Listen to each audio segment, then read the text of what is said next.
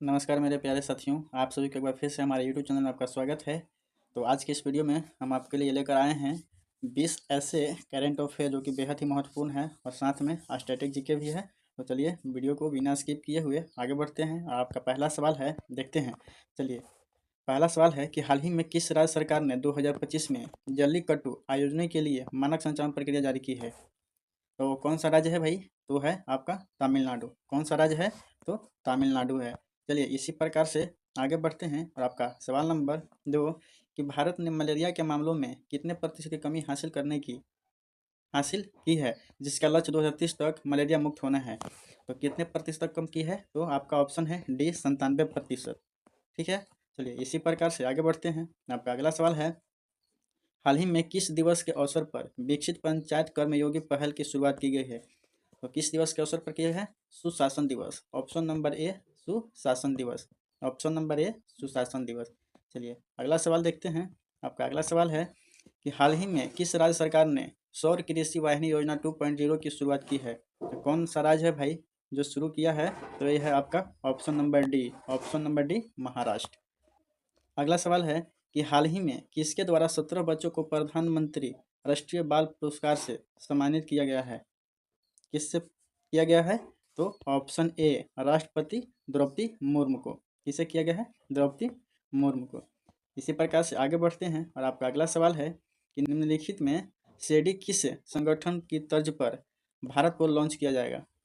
निम्नलिखित में सेडी किस संगठन की तर्ज पर भारत पोल लॉन्च किया जाएगा। तो किस संगठन के?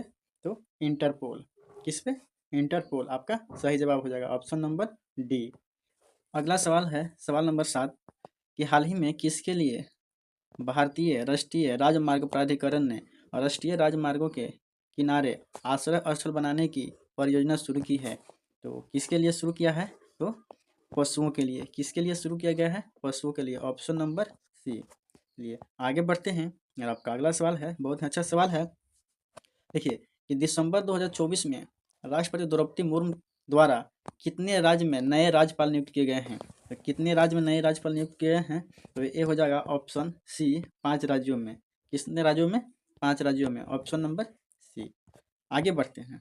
आपका अगला सवाल है, हाल ही में गृह मंत्री अमित शाह ने कितने नवगठित बहुउद्देशीय प्राथमिक कृषि ऋण समितियों का उद्घाटन किया है। तो कितने किया है? तो option number B. Option number B 10,000 नवगठित बहुउद्देशीय प्राथमिक कृषि ऋण समितियों का उद्घाटन किया है। चलिए आगे बढ़ते हैं और आपका अगला सवाल है सवाल नंबर 10 कि प्रति वर्ष किस तारीख को अंतर्राष्ट्रीय महामारी तैयारी दिवस मनाया जाता है। किस तिथि को मनाया जाता है भाई? तो आपको बता दें कि ऑप्शन नंबर सी 27 दिसंबर को। ऑप्शन नंबर सी 27 दिसंबर को। चलिए आगे बढ़ते हैं और आपका अगला सवाल, सरकार वित्त वर्ष 2026 में राजकोषीय घाटे को घटाकर कितने प्रतिशत करेगी। कितने प्रतिशत करेगी? तो ये आपका हो जाएगा ऑप्शन नंबर सी 4.5%। कितना प्रतिशत? 4.5%। चलिए इसी प्रकार से आगे बढ़ते हैं और आपका अगला सवाल है सवाल नंबर 12 कि प्रधानमंत्री नरेंद्र मोदी स्वामित्व योजना के अंतर्गत कितने लाख से अधिक परिसंपत्ति कार्ड वितरण करेंगे।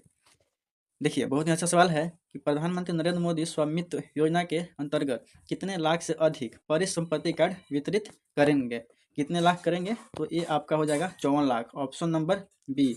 ऑप्शन नंबर बी कितना लाख? 54 लाख। चलिए इसी प्रकार से आगे बढ़ते हैं। आपका अगला सवाल है,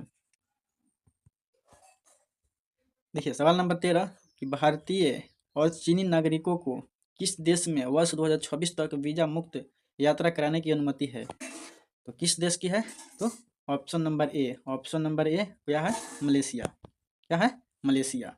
चलिए आगे बढ़ते हैं। आपका अगला सवाल है, देखिए कि हाल ही में सुप्रीम कोर्ट ने मंदिर उत्सव में हाथियों के इस्तेमाल पर किस उच्च न्यायालय के प्रतिबंधों पर रोक लगा दी है। तो कौन लगाया भाई? तो ये लगाया है ऑप्शन नंबर ए केरल। कौन लगाया है? केरल उच्च न्यायालय ने। चलिए इसी प्रकार से आगे बढ़ते हैं और आपका अगला सवाल है सवाल नंबर 15। देखिए कि हाल ही में किस पक्षी को संयुक्त राज्य अमेरिका के राष्ट्रीय पक्षी के रूप में मान्यता दी गई है। तो किस पक्षी को दिया गया है भाई? तो option number C. Option number C wild eagle को। किसको? वाइल्ड ईगल को। किसको दिया गया है? वाइल्ड ईगल को। चलिए आगे बढ़ते हैं और आपका अगला सवाल है, देखिए सवाल नंबर है 16 कि महिला वर्ग में विश्व चैंपियन में रजत जीतने वाली पहली भारतीय पहलवान कौन है। देखिए कौन है विश्व चैंपियन में रजत जीतने वाली पहली भारतीय पहलवान कौन है। कौन है भाई, तो ये है अंशु मलिक। कौन है, Anshu Malik. Option number B, option number B, कौन है, अंशु मलिक। चलिए आगे बढ़ते हैं। आपका अगला सवाल है कि आधुनिक औद्योगिक प्रणाली के उदय से पहले भारतीय निर्यात में मुख्यतः रूप से जैसे विनिर्माण शामिल थे। क्या शामिल है भाई, तो सूती और रेशम के कपड़े। क्या शामिल है, सूती और रेशम के कपड़े। चलिए आगे बढ़ते हैं और आपका अगला सवाल है, देखिए 5 पॉइंट समवन और one night at call centre किस लेखक का उपन्यास है। किस लेखक का उपन्यास है, तो ये आपका है option number B, option number B, Chetan Bhagat. क्या है, चेतन भगत के उपन्यास है। चलिए आगे बढ़ते हैं और आपका अगला सवाल, निम्नलिखित में से कौन सी धातु सबसे हल्की होती है।